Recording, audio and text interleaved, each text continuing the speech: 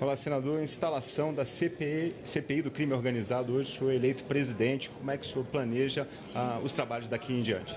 Olha, eu tenho certeza que o Senado Federal, com essa comissão parlamentar de inquérito, vai ter a sobriedade, a serenidade para não se transformar num palco de demonstração de pirotecnia ou discursos políticos. Eu venho da segurança pública, tenho minha consciência tranquila com a minha convicção como delegado de polícia, que fui por 27 anos, mas também como professor de Direito Penal e Processo Penal. O que nós não podemos achar é que essa garantia constitucional, que a segurança pública é direito de todos, dever do Estado, a população está vilipendiada, aviltada, morrendo.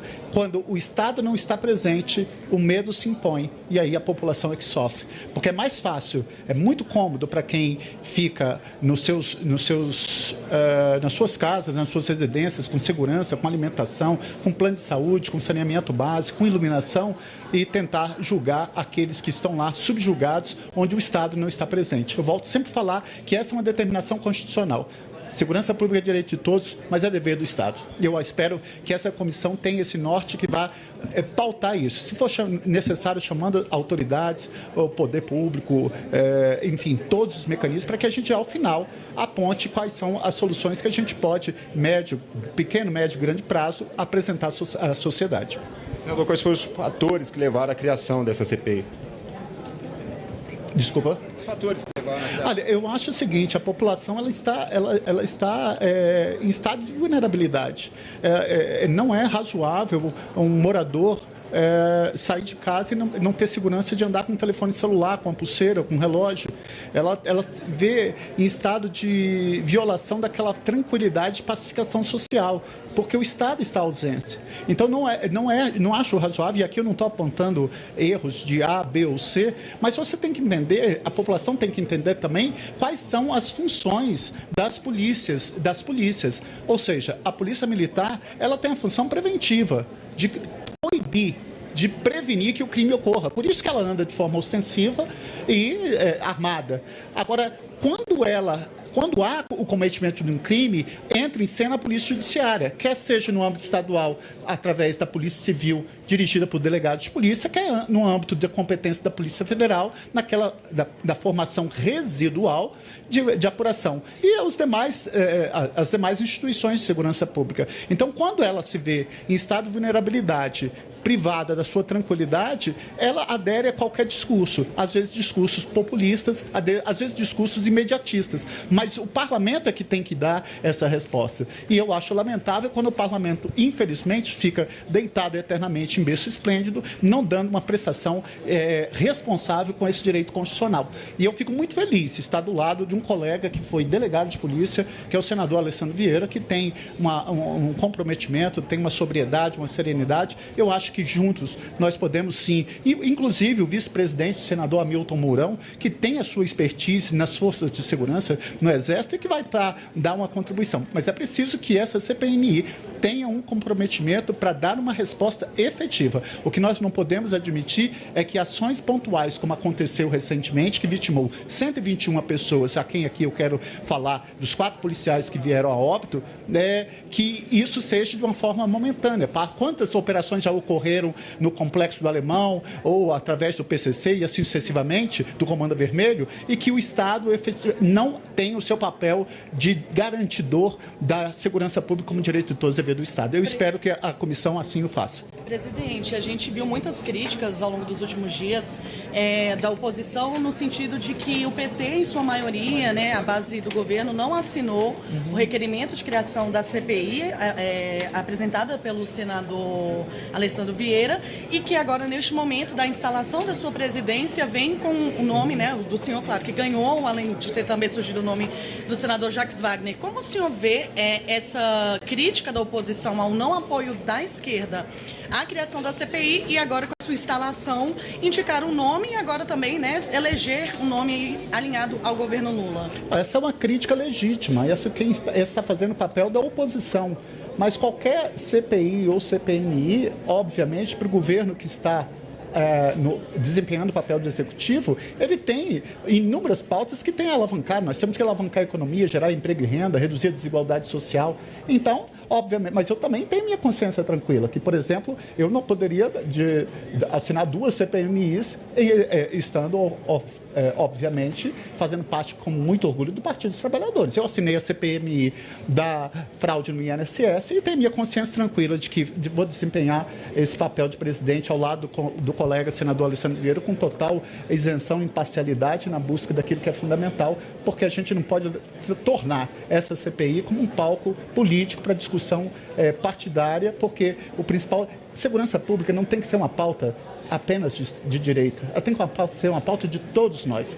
Por isso que eu tenho minha consciência tranquila quando eu apresentei o projeto de lei para aumentar o período de internação para adolescente em conflito com a lei que pratica ato infracional equiparado a hediondo ou com violência ou grave ameaça. Não é razoável você explicar para uma mãe que perdeu uma filha através de estupro e depois foi morta, em que um adolescente de 17 anos ou 18 anos de idade incompleto não vai ficar no máximo 3 anos internados. Nós temos que tratar igualmente os iguais na medida que eles se desigualam. Então eu acho legítima a crítica da oposição, mas estamos com a consciência tranquila de que a forma como nós vamos conduzir será em benefício da população brasileira. Senador, dessa CPI, para os governadores, né? A gente teve a tramitação, por exemplo, da proposta, né, da PEC da segurança pública ali, os próprios governadores eles se oporam ali sobre uma suposta interferência do governo federal. O senhor não acha que essa CPI possa gerar uma ciumeira em alguns governadores a partir do momento que vocês começarem a apresentar requerimentos, né, de acesso a relatórios de inteligência sobre facções a nível estadual? Qual que é o recado para os governadores nesse momento? Colaboração, como é que você vê esse ciúme também que pode gerar? Eu acho que, infelizmente, quando você impera com uma das coisas que eu acho pior no ser humano, que é a vaidade, eu acho que nós temos que unir esforços em todos os entes federados, União, Estados e municípios, em prol disso. Eu quero deixar uma coisa clara aqui para todas as pessoas que estão nos assistindo. Nós temos no Brasil, se você pegar quantos tipos penais, quantos crimes nós temos no país, pegando o Código Penal e Legislação Penal Especial, são mais de 2.000 tipos penais. E essa função constitucional de apuração de infração penal e sua respectiva autoria, ela se passa, quer queira, quer não, pela competência dos estados. Por isso que a Polícia Militar é subordinada a um secretário de Segurança Pública e consequentemente, para o governo do estado. Agora, eu só estou fazendo essa ressalva porque, às vezes, se atribui uma responsabilidade, efetivamente, para quem não tem o poder. Então, eu acho que esse é o momento, diante da tramitação da PEC da Segurança Pública, de tentar unir esforços para que tanto o governador, governos municipais, estadual e o governo federal encontrem solução para dar uma resposta a essa garantia constitucional. Senador, esse é um problema que vem de muito tempo. Só porque agora foi instalada essa CPMI? Olha, que bom. Eu costumo dizer que tem uma frase de um poeta chamado Victor Hugo que diz: não há nada mais poderoso do que uma ideia quando o seu tempo chega. Às vezes você tem o tempo da ideia, mas não é o tempo dela. Às vezes você tem uma ideia que não chegou no momento dela. Então, eu acho que, infelizmente, precisou vir tantas operações que vitimou fatalmente inúmeras pessoas para que o parlamento desse uma resposta.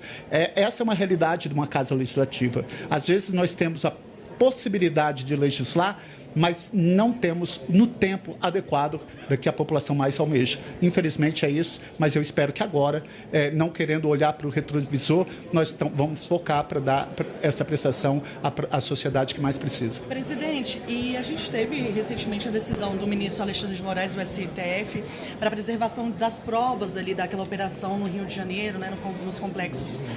Será feito um diálogo com o ministro Alexandre de Moraes, com o STF, para ter acesso a essas provas que forem preservadas? Como que vai ser essa questão da investigação dentro da CPI sobre a mega operação do Rio de Janeiro? Olha, essa decisão, ao meu sentir, ela só ratifica o que está no Código de Processo Penal. Porque tão logo seja cometido um crime, a primeira coisa que a autoridade policial tem que fazer é preservar provas de natureza objetiva e subjetiva. Então, ele só está ratificando, confirmando aquilo que é uma determinação do Código de Processo Penal brasileiro. Então, eu vejo que todo o esforço, toda união de esforços para tentar coibir o crime, porque o crime é um fenômeno social e todos nós temos interesse na redução desse fenômeno. Então, eu só mais uma vez, ratificando, essa é uma decisão que vai na mesma linha que já determina o Código de Processo Penal. Mas vai ter um diálogo então com o STF para o fornecimento? É estendo a pergunta também ao relator. Né? Eu não tenho dúvida que possa ter, porque o princípio e outra coisa, o princípio é da impessoalidade. São princípios que regem a administração pública, está no artigo 37, legalidade, impessoalidade, moralidade, publicidade, mas tem um deles que é muito caro, eficiência. Então o poder público tem que ser eficiente. E para isso ele tem que dialogar, tanto o poder executivo, legislativo e judiciário.